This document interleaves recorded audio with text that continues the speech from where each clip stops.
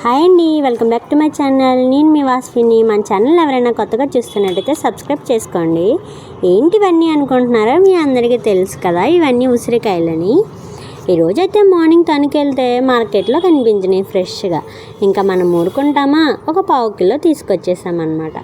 ఇంకా తీసుకొచ్చినట్టుని నాకైతే మా మమ్మీ చిన్నప్పుడు ఇలా ఉసిరికాయ జామ్ చేసేవాళ్ళు, చాలా ఇష్టం అనమాట. దట్టు వేసవకాలంలో ఉసిరికాయలు మంచి సీజన్లో ఉంటాయి కాబట్టి ఎక్కువ చేసుకోవచ్చు. నేనైతే ఈరోజు 1/2 కిలో ఉసిరికాయలతో చేస్తున్నాను అనమాట.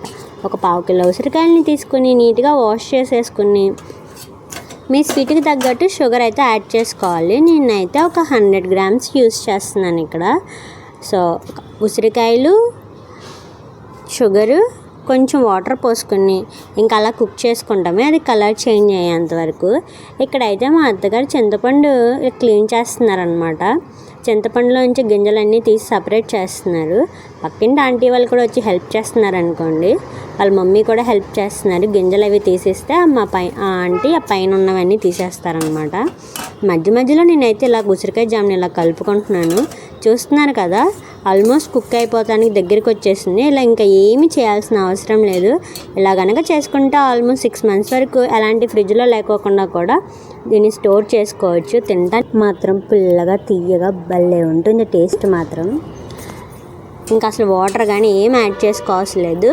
కొంచెం దగ్గరికి పడంగానే ఇంకా తీసేసుకోవటమే అనమాట. మొత్తం అయితే ఇక్కడ మా అత్తగారు అయితే మొత్తం 10 కిలోలు చింతపండు తీసుకుంటే దాంట్లో 8.5 kgs వచ్చిందనమాట. మాకు కాదు ఈ చింతపండు అంతా, సేల్ చేయడం కోసమే అని చెప్పి తీసుకున్నారు. మన ఫైనల్ ఉసిరికాయ జామ్ అయితే ఇలా రెడీ అయిపోయింది. నా ఉసిరికాయ జామ్ ఎలా ఉంది చూస్తుంటేనే నోరు ఊరిపోతుంది కదా. టేస్ట్ మాత్రం నెక్స్ట్ లెవెల్ ఉంటుంది.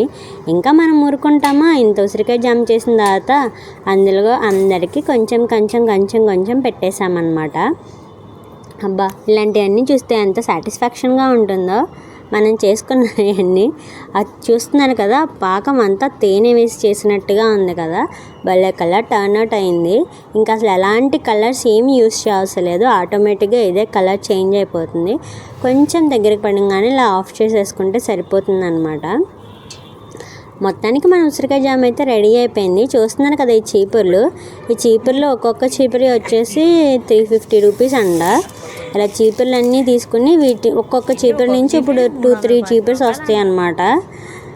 సో మొత్తం ఇలా వీటిని ఏం చీపుర్లు అంటారో నాకైతే పెద్దగా తెలియదులే, కానీ వీటిని మళ్ళీ సైకిల్ ట్యూబ్లో పెట్టి పెడతారనమాట ఇప్పుడు ఈ చీపుర్లు అన్నిటిని.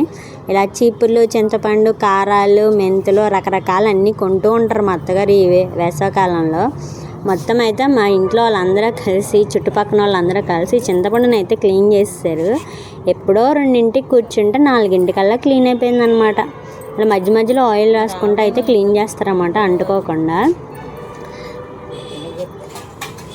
ఈ మా అమ్మగారు అయితే గిన్నెలు కడగడానికి ఎన్ని నీళ్ళు వాడతారంటే కనీసం ఒక 4-5 బకెట్లు పైన అవుతాయి ఆ గిన్నెలు కడగడానికి. కనీసం ఒక 2 గంటలు పడుతుంది అనమాట క్లీన్ చేయడానికి మా అమ్మగారికి. చూస్తున్నారు కదా, మన చల్లారిపోయింది ఉసిరికాయ జామ్ అంతా. బొబ్బల్లే ఉంది కదా తింటూ. నా రెసిపీ ఎలా ఉందో మర్చిపోకుండా కింద కామెంట్ చేయండి. Thanks for watching. Bye bye.